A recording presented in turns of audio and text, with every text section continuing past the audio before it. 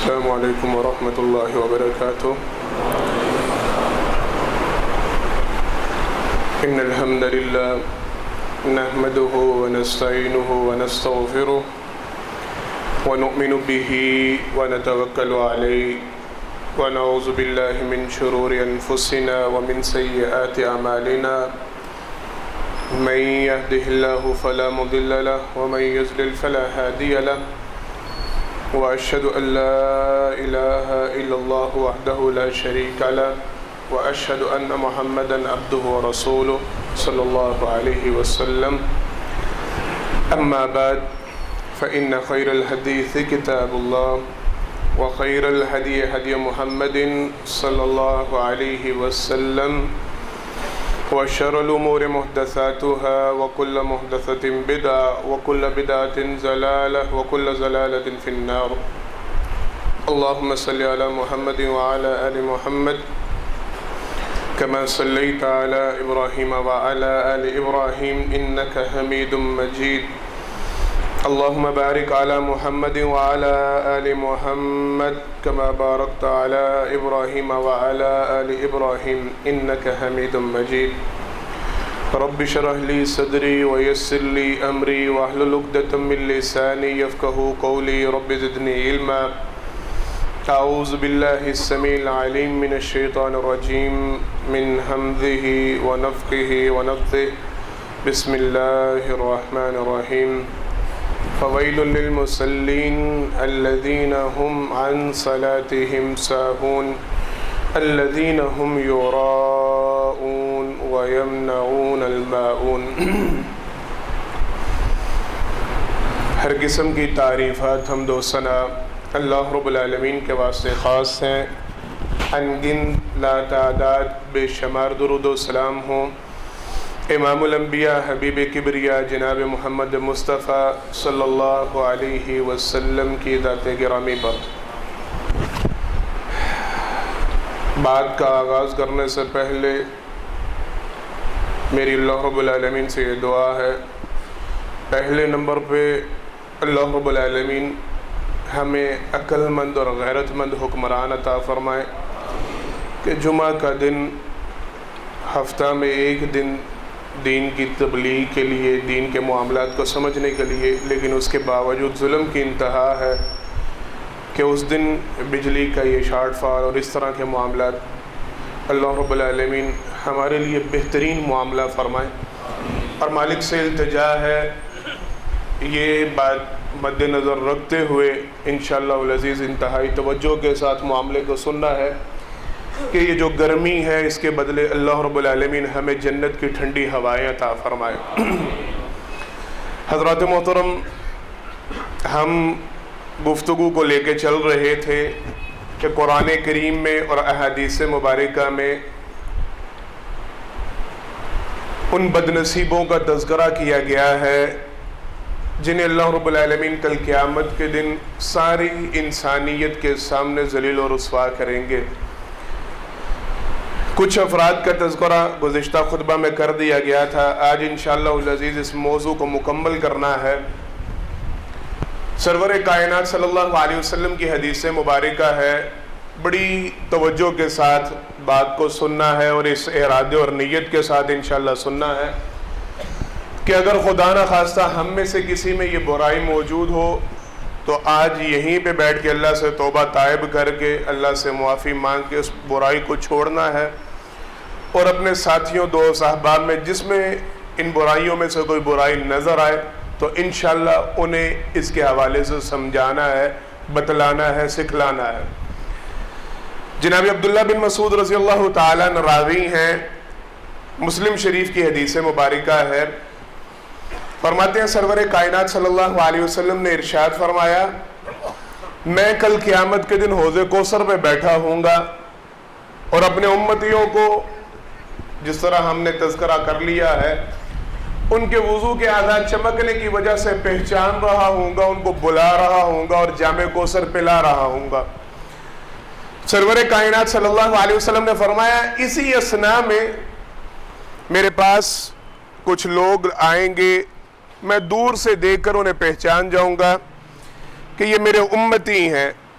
ان کے اعضاء وضو کے اعضاء چمک رہے ہوں گے، توجہ کے ساتھ ان کے وضو کے اعضاء چمک رہے ہوں گے، مطلب یہ کہ وہ نمازی ہوں گے، نماز کو ادا کرنے والے ہوں گے۔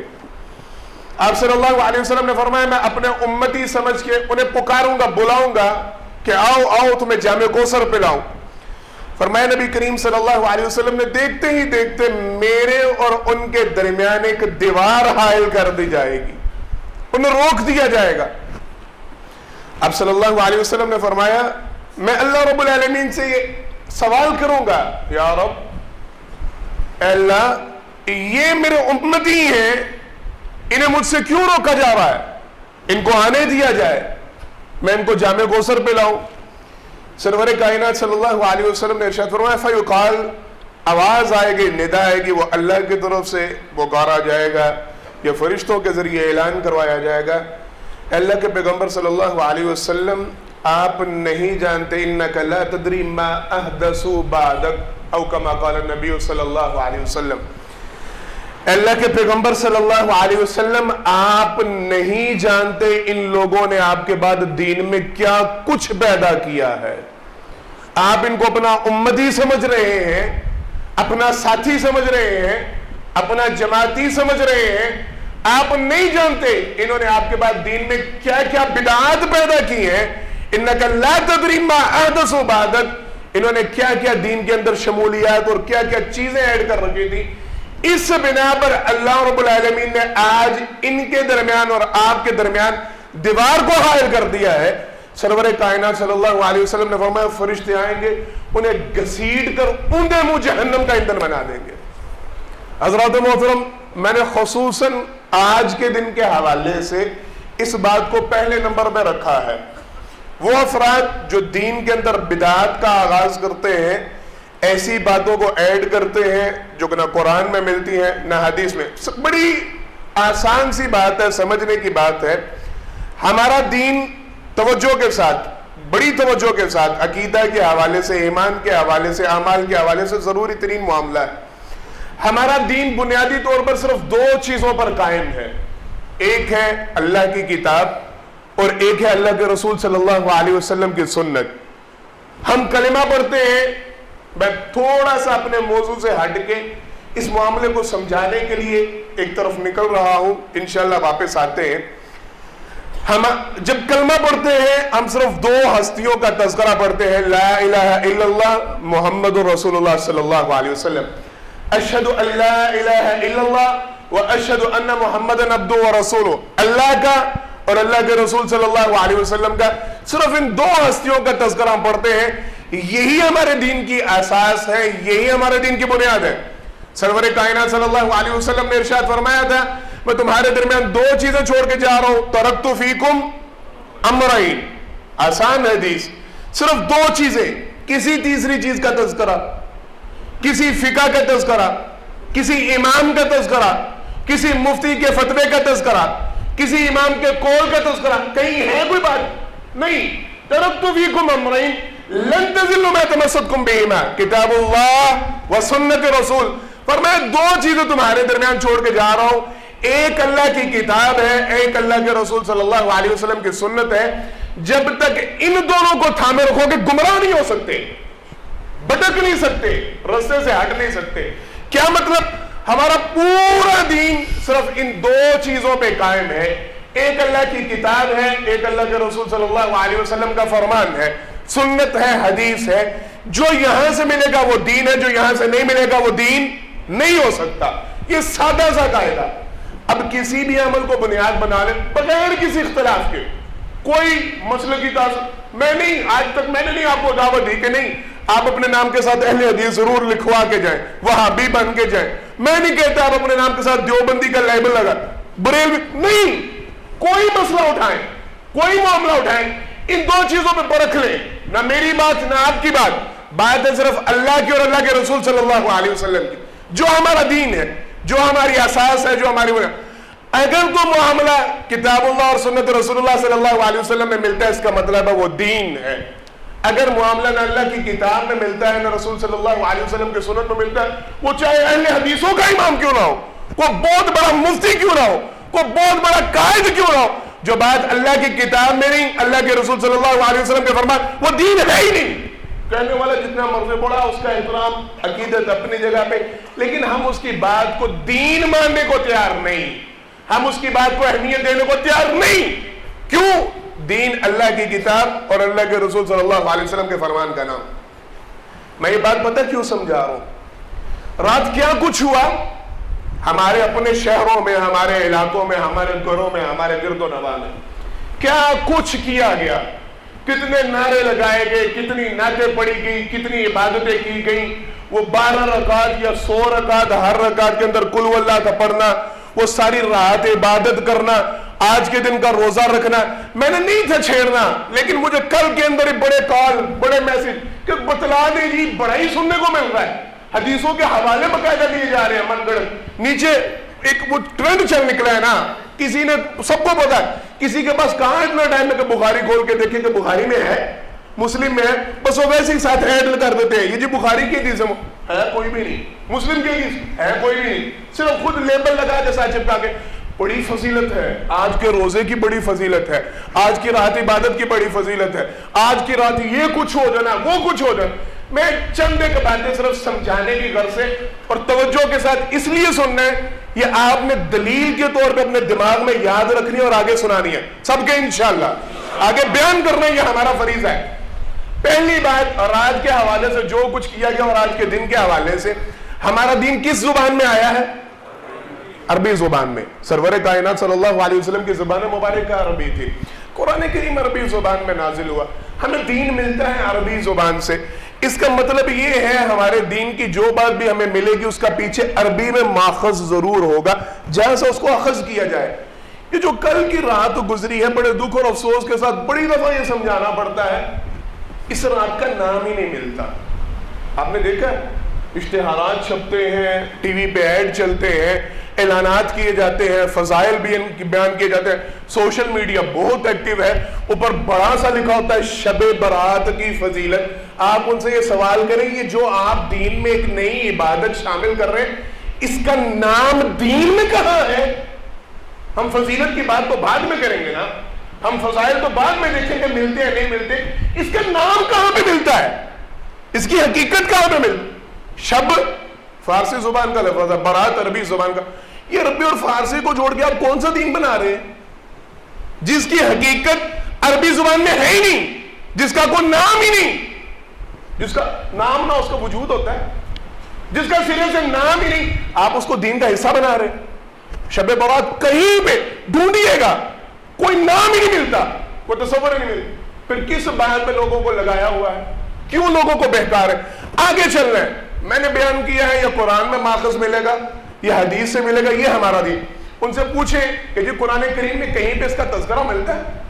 شب برات کا آخر اتنی فضیلتوں والی رات ہے، قرآن کریم میں اللہ رب العالمین نے تذکرے کر رکھے ہیں، اتنی فضیلتوں والی رات تو کوئی تذکرہ ہاں جی ملتا ہے۔ 25واں پارہ ہے، سورہ دخان ہے، کیا ہے آیت مبارکہ؟ حامیم والکتاب المبین انا انزلناہ فی لیلۃ مبارکہ انا کنا منذرین فیہا یفرق کل امر حکیم۔ یہ آیت مبارکہ پیش کی جاتی ہے، آپ کو سمجھ آئے گی انشاءاللہ، آسان سا ترجمہ ہے۔ ہم نے حامیم کا ترجمہ حامیم والکتاب المبین، یہ روشن واضح کتاب ہے، انا انزلناہ فی لیلۃ مبارکہ انا کنا منذرین، اس قرآن کریم کو، اس بابرکت کتاب کو، اس واضح کتاب کو ہم نے مبارک رات میں نازل کیا ہے، ہم نے مبارک رات میں نازل کیا۔ پھر فیہا یفرق کل امر حکیم، وہ رات جس میں اللہ رب العالمین کئی معاملات کو طے کرتے ہیں۔ کون سی رات ہے وہ؟ آپ کو بولنے کی ضرورت نہیں، میں بتلاتا ہوں۔ وہ رات ہے، ہم قرآن سے پوچھتے ہیں، انا انزلناہ فی لیلۃ القدر وما ادراک ما لیلۃ القدر۔ اللہ نے دوسری جگہ پہ وضاحت کر دی، اس قرآن کریم کو ہم نے جس مبارک رات میں نازل کیا، اس رات کا نام ہم نے منتخب کیا، اس کا نام ہے انا انزلناہ فی لیلۃ القدر۔ وہ لیلۃ القدر کی رات ہے جس رات ہم نے اس قرآن کریم کو نازل کی۔ بچے کو اس بات کا پتہ ہے نا کہ لیلۃ القدر میں نازل ہو۔ لیلۃ القدر کب آتی ہے؟ یہ کون سا مہینہ چل رہا ہے؟ شعبان۔ تو پھر یہ لیلہ مبارکہ کہاں سے آ گئی؟ بات سمجھ میں آئی ہے؟ اگر تھوڑی سی سینس ہو، تھوڑی سی عقل شعور ہو، دل و دماغ کی کھڑکیاں کھلی ہو تو بات سمجھ میں آتی ہے۔ قرآن کریم تو نازل ہوا تھا رمضان میں لیلۃ القدر میں، آپ جس آیت مبارکہ کو دلیل بنا کے پیش کر رہے ہیں وہ تو رمضان المبارک کی لیلۃ القدر کے حوالے سے آیت ہے، آپ نے اس کو 15 شعبان پہ کہاں سے فٹ کر لیا؟ بے تکی دلیل، کوئی سر پیر نہیں، بس سر پھنسایا ہوا ہے۔ اگلی بات، حدیث میں اس کا کہاں پہ تذکرہ ملتا ہے؟ اب حدیثیں بیان کی جاتی ہیں، وہ بھی انشاءاللہ آسان معاملہ آپ سب کو سمجھ میں آئے گا۔ حدیث بیان کی جاتی ہے کہ جی سرور کائنات صلی اللہ علیہ وسلم نے فرمایا 15 شعبان کی رات کو اللہ رب العالمین آسمان دنیا پہ آتے ہیں، اپنا ہاتھ پھیلاتے ہیں اور مالک سوال کرتے ہیں، ہے کوئی رزق مانگنے والا؟ وہ مجھ سے سوال کرے میں اس کو رزق عطا کروں۔ ہے کوئی گناہوں کی معافی مانگنے والا؟ مجھ سے معافی مانگے میں اس کو معاف کروں۔ یہ حدیث بیان کی جاتی ہے۔ میرا آپ سے سوال ہے، آپ نے یہ حدیث مبارکہ سن رکھی ہے؟ سرور کائنات صلی اللہ علیہ وسلم نے فرمایا اللہ رب العالمین ہر رات آسمان دنیا پہ آتے ہیں۔ بولے سنا ہے؟ تو یہ 15 شعبان کو کہاں سے خاص کر لیا؟ اللہ تو ہر رات آسمان دنیا پہ آتے ہیں، آپ یہ حدیث کہاں سے لے آئے ہیں کہ اللہ صرف 15 شعبان کی رات کو؟ کیا مطلب؟ حدیث ضعیف، من گڑت۔ آپ صلی اللہ علیہ وسلم نے تو ہر رات کے حوالے سے تذکرہ کیا، اللہ ہر رات آسمان دنیا پہ آتے ہیں، کوئی تفریق نہیں۔ وہ کون سی رات ہے کیا نہیں، ہر رات اللہ آسمان دنیا پہ آتے ہیں، اپنا ہاتھ پھیلاتے ہیں اور یہی اعلان کرتے ہیں، ہے کوئی مانگنے والا مجھ سے مانگے میں عطا کروں، ہے کوئی گناہوں کی معافی چاہنے والا مجھ سے معافی مانگے میں اس کے گناہوں کو معاف کروں، کوئی رزق چاہتا ہے مجھ سے رزق مانگے میں اس کو رزق عطا۔ یہ تو ہر رات اعلان ہوتا ہے، آپ نے اس کو 15 شعبان کے لیے کہاں سے خاص کر لی؟ بات سمجھ میں آ رہی؟ دوسری دلیل دی جاتی ہے، ماں جی عائشہ رضی اللہ تعالیٰ عنہ انہوں نے فرمایا، کہتی ہے میں نے دیکھا کہ آپ صلی اللہ علیہ وسلم بستر سے غائب ہیں، کہتی ہے میں پریشان ہو گئی اور میں پھر بھاگی، میں نے دیکھا آپ صلی اللہ علیہ وسلم جنت البقیع میں ہیں اور سرور کائنات صلی اللہ علیہ وسلم وہاں کھڑے ہو کے دعا کر رہے ہیں۔ میں نے اب صلی اللہ علیہ وسلم سے پوچھا اللہ کے پیغمبر صلی اللہ علیہ وسلم آپ کیا کر رہے ہیں؟ سرور کائنات صلی اللہ علیہ وسلم نے فرمایا، یہ حدیث سنتے جائیے گا، فرمایا نبی کریم صلی اللہ علیہ وسلم نے عائشہ آج کی رات اللہ رب العالمین فلاں قبیلہ ہے، اس کے قبیلے کی جتنی بکریاں ہیں ان کے جتنے بال ہیں اللہ اتنے مردوں کو بخش دیتے ہیں، میں ان کی مغفرت کی دعا کرنے کے لیے آیا ہوں اور آج رات میں نے عبادت میں گزارنی ہے۔ بڑی توجہ کے ساتھ معاملہ سنیے گا، نبی کریم صلی اللہ علیہ وسلم کے متعلق قرآن کریم بیان فرماتا ہے حریص علیکم بالمؤمنین رؤوف الرحیم۔ اللہ بیان فرماتے ہیں یہ جو پیغمبر آیا ہے، یہ جو نبی آیا ہے، حریص علیکم، جملہ ہماری زبان میں کنورٹ کریں گے تو شاید بے ادبی کے دائرے میں ہمارے دماغ میں آ جائے، لیکن بات سمجھانے کے لیے بتلانے لگوں، یہ قرآن کے الفاظ ہیں۔ حریص علیکم، یہ پیغمبر مومنوں کے بارے میں بڑا لالچی ہے، سمجھ آ رہی ہے؟ اس پیغمبر کو بہت شوق ہے، اس پیغمبر کی بڑی چاہت ہے، یہاں تک کہ اللہ نے حریص کے الفاظ اس کی بڑی خواہش ہے مومن کسی طریقے سے بخشے جائیں، ان کو نجات مل، ان کی سوچ ہے، ان کی چاہت ہے، ان کی محبت ہے، یہ بڑی خواہش رکھتے ہیں کسی طریقے سے مومنوں کو نجات مل جائے۔ ان کا تو عالم یہ ہے، ان کی تو چاہت یہ ہے، ان کا تو خیال یہ ہے کہ قرآن ان کے حوالے سے یہ بات کہتا ہے، ان کی سوچ اور فکر ہی ہے کہ کسی طرح مومن بخشے جائے۔ سن رکھا ہے نا، ہر پیغمبر پکارے گا، ہم نے تذکرہ کیا قیامت کا، ہر پیغمبر پکارے گا نفسی نفسی، واحد انسان ہوگا جو کل قیامت کے دن پکار رہا ہوگا امتی امتی، میری امت میری امت۔ جو پیغمبر اپنی امت کے حوالے سے اتنے حریص ہوں، اتنا خیال رکھتے ہو، اتنی چاہت رکھتے ہو، اتنی محبت رکھتے ہو، کیا یہ سوچا بھی جا سکتا ہے کہ آپ صلی اللہ علیہ وسلم اکیلے اٹھ کے خود اس رات کی عبادت اور فائدہ اٹھائیں اور صحابہ کو نہ اٹھائیں؟ میری بات سمجھ میں آ رہی ہے؟ کیا یہ سوچا جا سکتا ہے کہ آپ صلی اللہ علیہ وسلم خود تو عبادت کر لیں، خود اجر ثواب پا لیں، خود سارا معاملہ کر لیں اور اپنے اہل خانہ کو اٹھانا بھی مناسب نہ سمجھے کہ آج کی رات بڑی قیمتی اٹھ کے عبادت کر لوں؟ بات کچھ پلے پڑ رہی، گڑی من گڑت روایات، ضعیف روایات اپنی طرف سے بنا بنا کے اس رات کی فضیلت کے بعد اس یہ جی اتنی فضیلت، ایک روایت بھی صحیح کسی کے پاس ہے ہی نہیں، بس لگایا ہوا اور لوگ لگے ہوئے، روزہ رکھ لو، یہ کر لو۔ اب آگے میں نے اس معاملے کو شارٹ کرنا کیونکہ ہمارے پاس ٹائم تھوڑا، ہم نے اگلے اپنے اصلی موضوع کی طرف جانا۔ سرور کائنات صلی اللہ علیہ وسلم نے فرمایا ایسا بدعتی انسان کل قیامت کے دن جب اللہ کی بارگاہ میں حاضر ہوگا، آپ صلی اللہ علیہ وسلم نے ارشاد فرمایا لا يقبل اللہ لصاحب البدع من قیام ولا صیام ولا حج ولا زکاة ولا يقبل اللہ من صرف ولا عدل ويخرج من الاسلام كما يخرج الشعر من العجبین او کما قال النبی صلی اللہ علیہ وسلم۔ کل بڑے بڑے فلاسفروں نے یہ پوسٹیں بھیجی ہوں گی، آپ کو بھی آئی ہوں گی سوشل میڈیا پہ، جی کہیں نہ کہیں تو تذکرہ ملتا ہی ہے، وہ موضوع روایات ہیں یا بیچ میں ایک آدھی حسن درجے کو بھی پہنچتی ہے، تو اگر عبادت کر لی جائے تو حرج کوئی نہیں۔ توجہ کے ساتھ اگر تھوڑی سی آپ نوافل اس رات کو اٹھ کے پڑھ لیں، آپ قرآن پڑھ لیں، کرنی عبادت ہے، کیا ہو گیا ہے؟ آپ نے کوئی غلط چیز تو نہیں پڑھنی تو کر لیں، آپ نہ عقیدہ رکھیں، آپ وہ ساری فضیلتیں نہ مانیں جو وہ بیان کر، بس ویسے اس کو ایک قیمتی رات سمجھ کے عبادت کر لیں۔ میں آپ کو بتلاتا ہوں یہ جھانسا کیا ہے۔ آپ صلی اللہ علیہ وسلم نے فرمایا جو بندہ ایسی عبادت کرے، ایسا معاملہ اختیار کرے، ایسا عمل کرے جو نہ اللہ کی کتاب میں ملتا ہے نہ اللہ کے رسول صلی اللہ علیہ وسلم کی حدیث میں ملتا ہے، نبی کریم صلی اللہ علیہ وسلم سے نہیں ملتا 15 شعبان کی رات کی عبادت کرنا، نہیں ملتا 15 شعبان کی رات کو خصوصی طور پہ کوئی نفل پڑھنا، نہیں ملتا 15 شعبان کا اگلے دن کا روزہ رکھنا، کہیں تصور نہیں۔ اگر آپ کریں گے، سرور کائنات صلی اللہ علیہ وسلم نے فرمایا اللہ ایسے بندے کی کوئی فرضی نماز قبول نہیں کریں گے۔ یہ نہیں کہ آج کی رات کی عبادت ضائع، نہیں، یہ فرض نماز بھی پڑھے گا اللہ اس کی عبادت قبول نہیں کریں گے۔ کیوں؟ یہ بدعتی ہے۔ کیوں؟ اس نے دین میں ایسا کام شامل کیا جو دین میں ہے نہیں، ایسی رات کی عبادت کی جو نبی کریم صلی اللہ علیہ وسلم نے نہیں کی، ایسے دن کا روزہ رکھا جو سرور کائنات صلی اللہ علیہ وسلم نے نہیں رکھا، اس نے اس کو دین بنایا۔ اللہ رب العالمین اس کا فرضی رمضان کا روزہ قبول نہیں کرے، اللہ اس کا کوئی نفلی کوئی فرضی عبادت لا يقبل اللہ من صرف ولا عدل، اللہ ایسے بندے کی کوئی عبادت قبول نہیں کرتے۔ وَيَخْرُجُ مِنَ الْإِسْلَامِ كَمَا يَخْرُجُ الشَّعْرُ مِنَ الْعَجَبَيْنِ، اللہ ایسے بندے کو دین سے ایسے نکال دیتے ہیں جیسے مکھن سے بال نکلتا ہے۔ یہ کون فرما رہا ہے؟ بولیں جناب محمد مصطفیٰ صلی اللہ علیہ وسلم۔ اب آپ کو بات تھوڑی سی سمجھ میں آئی ہوگی، وہ دیوار کیوں لگے گی، وہ فرشتے کیوں گھسیڑ کے جہنم میں ڈالیں گے، ہوں گے آزاد چمکتے، پیغمبر صلی اللہ علیہ وسلم فرما رہے ہوں گے یہ تو میری امتی ہیں، ان کو آنے دو، یہ تو میری امت میں شامل۔ فرشتے کہیں گے نہیں، اِنَّكَ لَا تَدْرِي مَا أَحْدَثُوا بَعْدَكَ، آپ کو ان کے ہاتھ پاؤں چمکتے نظر آ رہے ہیں، آپ کو یہ اپنے امتی لگ رہے ہیں، آپ کو نہیں پتا انہوں نے دین میں کیا کچھ ایڈ کیا، اب یہ آپ کے امتی نہیں رہے، ان کو آپ کے پاس جانے کی اجازت نہیں رہی، ان کو گھسیڑ کے جہنم کا ایندھن بنایا جائے گا۔ حضرات محترم، یہ آج کے حوالے سے پہلا معاملہ تھا۔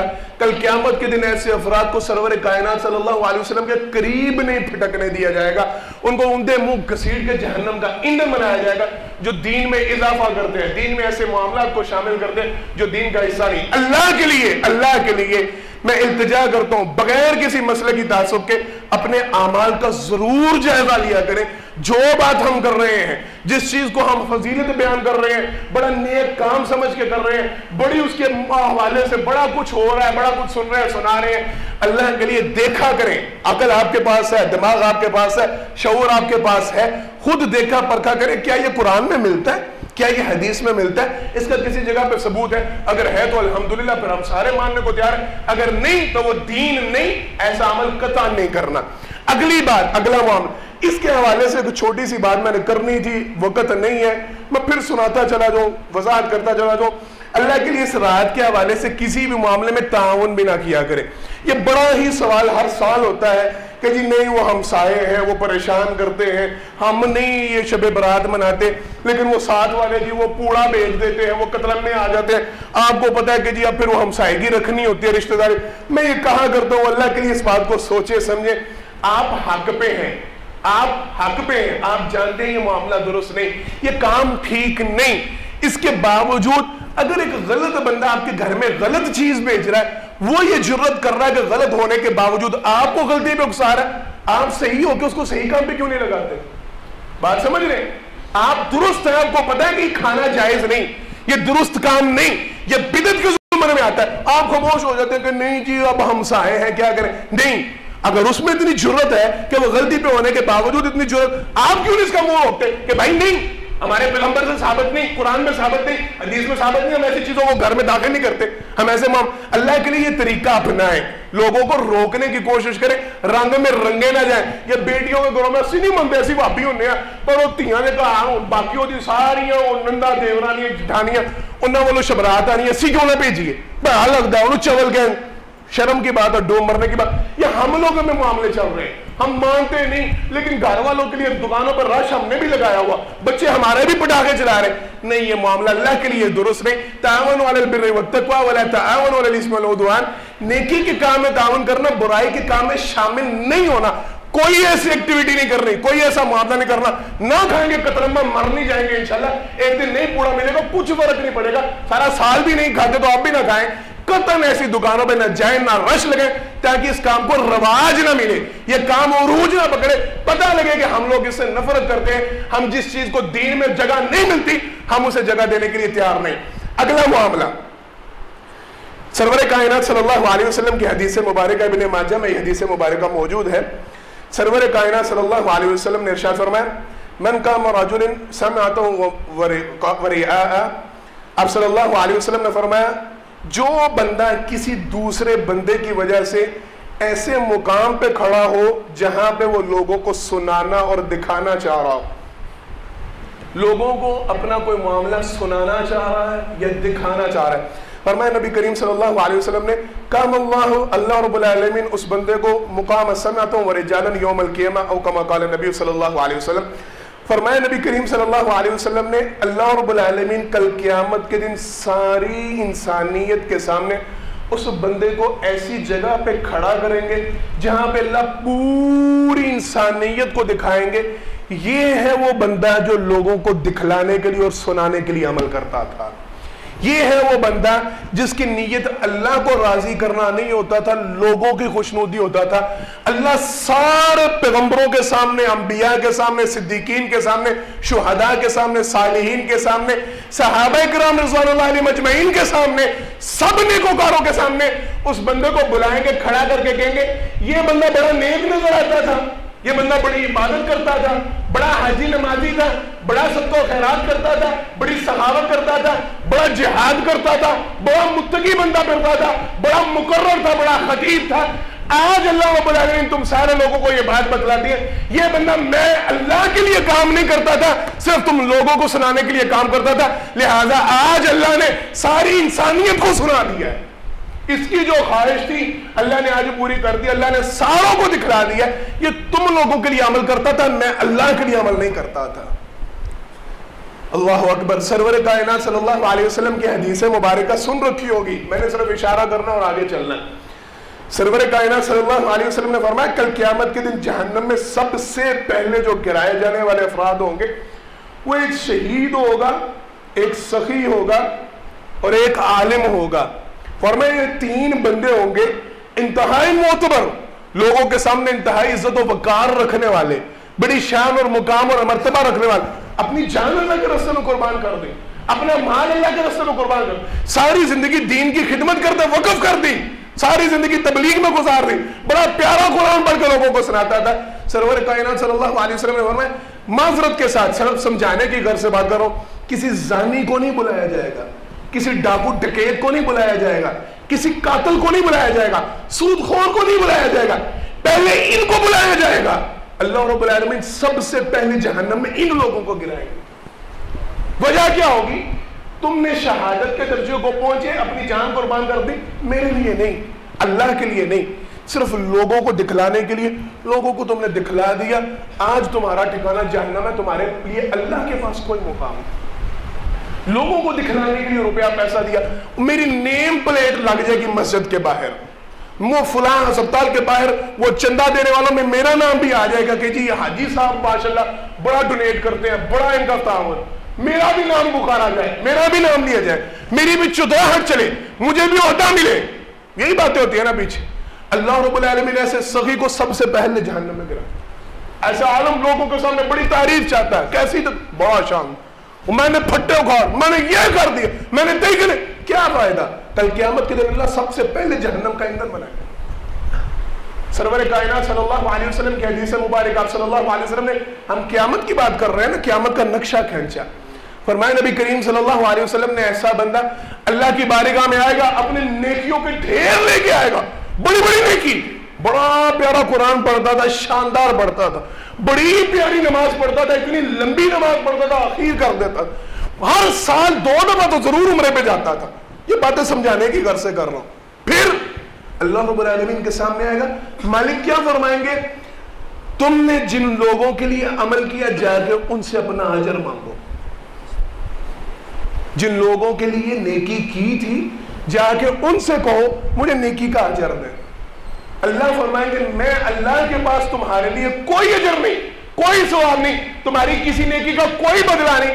تمہارا مقصد تو صرف لوگوں کو دکھلانا تھا، لوگوں کو سنانا تھا، ریاکاری کرنا تھا. اللہ فرمائیں گے جاؤ جا کے ان سے مانگو جن کو دکھلاتے رہے تھے، ان سے کہو تمہیں تمہاری نیکی کا بدلہ دے.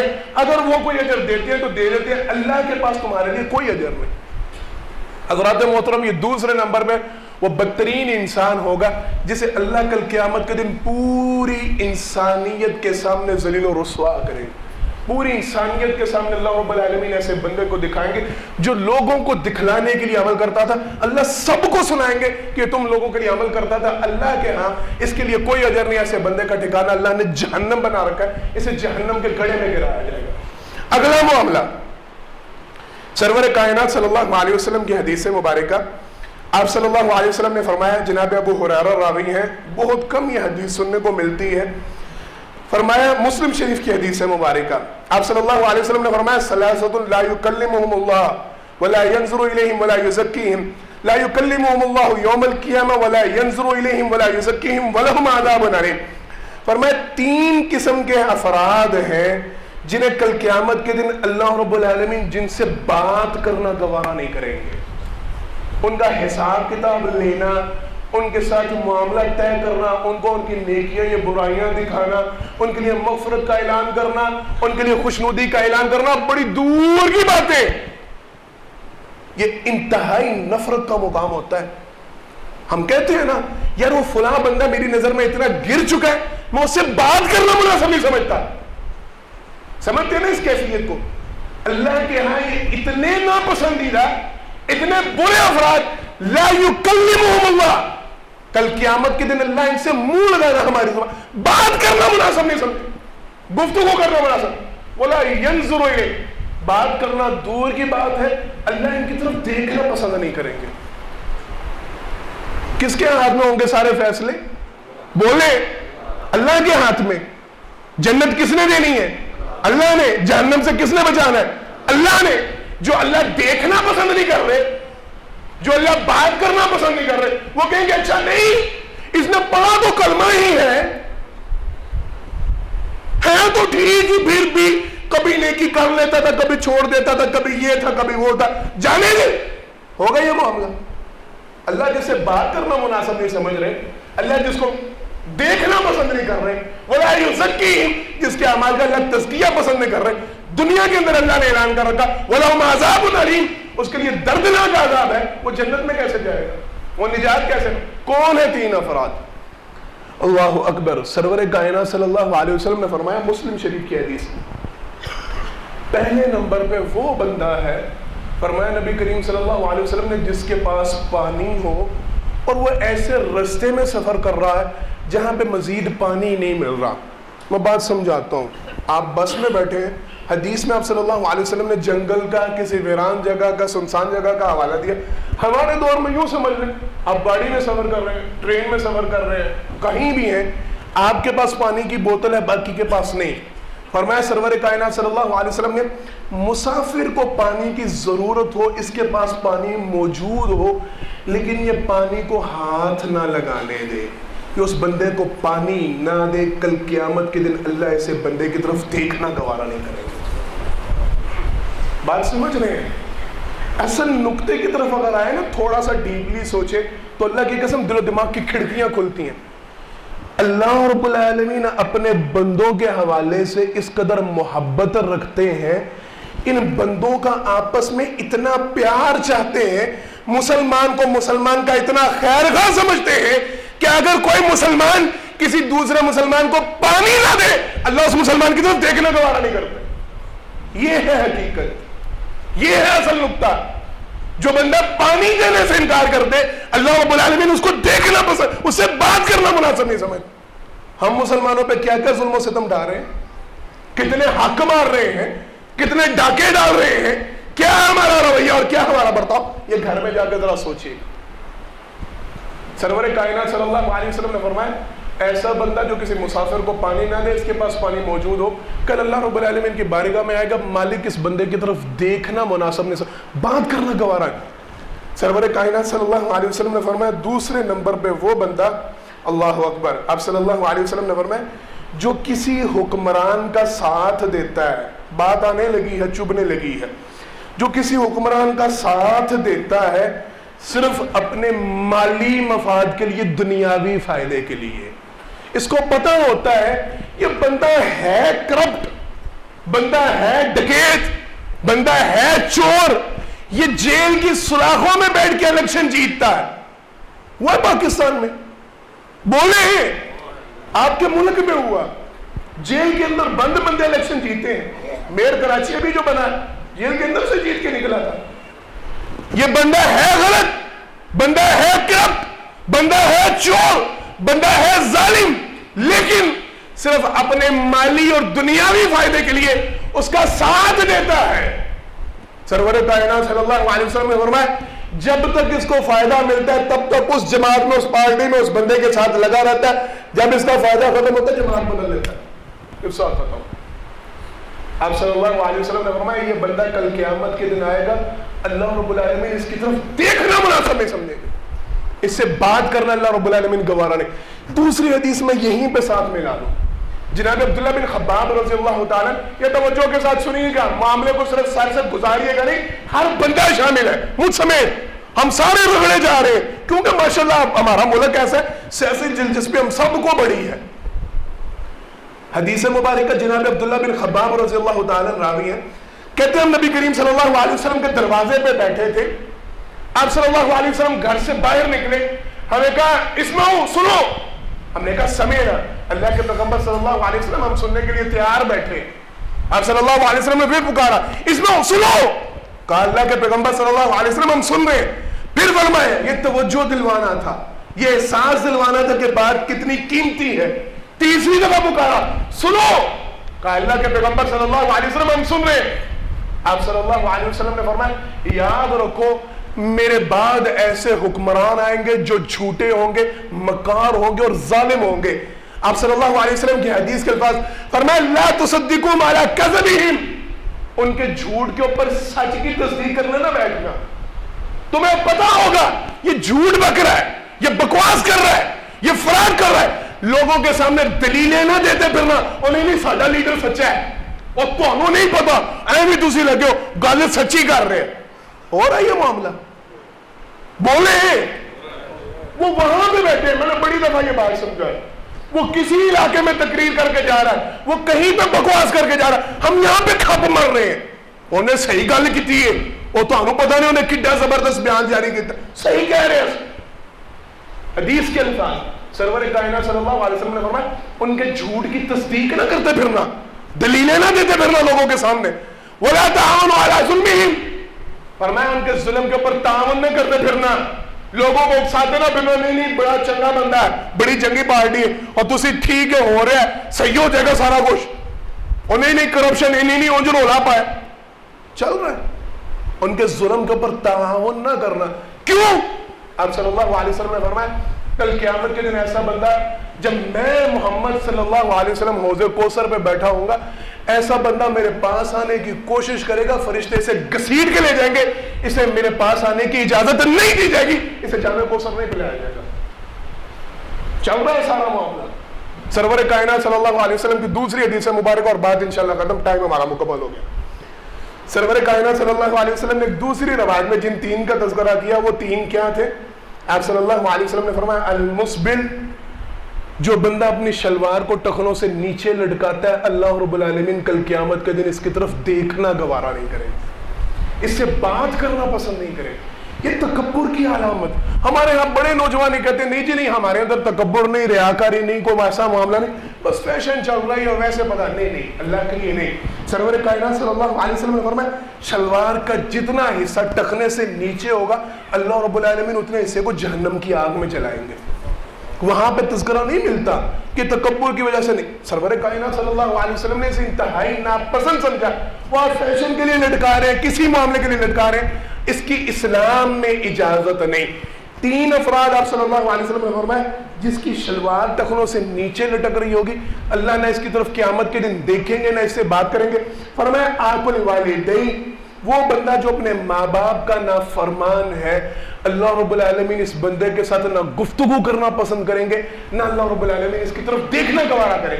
آخری بات سرور کائنات صلی اللہ علیہ وسلم نے فرمایا وہ مرد جو عورتوں کی مشابہت کرتے ہیں یا وہ عورتیں جو مردوں کی مشابہت کرتی ہیں اللہ رب العالمین نہ ان کی طرف دیکھنا گوارا کریں گے نہ ان سے بات کرنا پسند کریں گے. باقی باتیں آپ ساری سمجھ جائیں گے. میں نے صرف ایک چیز کی طرف اشارہ کرنا ہے، جو داڑھی منڈوا کے عورت بننے کی کوشش کرتے ہیں. کیوں؟ داڑھی کس کو نہیں آتی؟ آواز نہیں آ رہی. عورتوں کو نہیں آتی، تو جو مرد منڈواتا ہے وہ عورت بننے کی کوشش کرتا ہے. اللہ رب العالمین ایسے بندے کی طرف دیکھنا گوارا نہیں کریں گے. مالک ایسے بندے سے بات کرنا پسند نہیں کریں گے جو عورتوں کی طرح اپنا چہرہ صاف کرنے کی کوشش کرے گا، جو عورتوں کی مشابہت اختیار کرنے کی کوشش کرے گا، جو مرد عورتوں جیسا جو عورت مردوں جیسا بننے کی اللہ ان کی طرف دیکھنا گوارا نہیں کریں گے. جو دوسری حدیث تھی اس میں آپ صلی اللہ علیہ وسلم نے اس کی جگہ پہ دیوس کے لفظ بولے. جو بندہ اتنا بغیرت ہو جائے اس کی خاتون، اس کی گھر والی، اس کی ماں، اس کی بہن، اس کی بیٹی لوگوں کے سامنے بے پردہ ہو کے جاتی ہے، چاہے وہ چچا کا بیٹا ہے، کزن ہے، وہ خالہ کا بیٹا ہے، وہ ماموں کا بیٹا ہے، وہ یہ ہے، وہ ہے. آپ صلی اللہ علیہ وسلم نے فرمایا اس کی خاتون، اس کے گھر کی عورت لوگوں کے سامنے بے پردہ ہو کے جائے، اسے غیرت نہ آئے، یہ دیوس ہے. اللہ رب العالمین کل قیامت کے دن اس بندے کی طرف دیکھنا گوارا نہیں کریں گے. دوسری حدیث مبارکہ آپ صلی اللہ علیہ وسلم نے فرمایا یہ بندہ جنت کی خوشبو نہیں پا سکے گا. اللہ سے دعا اللہ مجھے اور آپ کو ان سارے معاملات سے محفوظ فرمائے. ہم سب کو اللہ رب العالمین دنیا و آخرت میں عزت عطا فرمائے. آخر دعوانا ان الحمدللہ رب العالمین.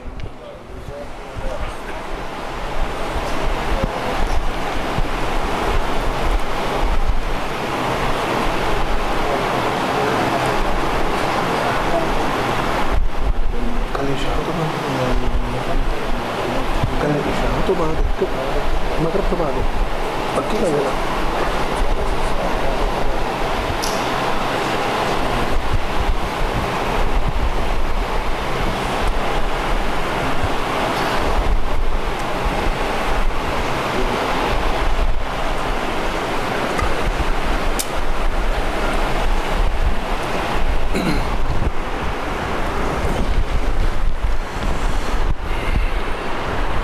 إن الحمد لله نحمده ونستعينه ونستغفره ونؤمن به ونتوكل عليه ونعوذ بالله من شرور أنفسنا ومن سيئات أعمالنا من يهده الله فلا مضل له ومن يضلل فلا هادي له وأشهد أن لا إله إلا الله وحده لا شريك له وأشهد أن محمدا عبده ورسوله صلی اللہ علیہ وسلم.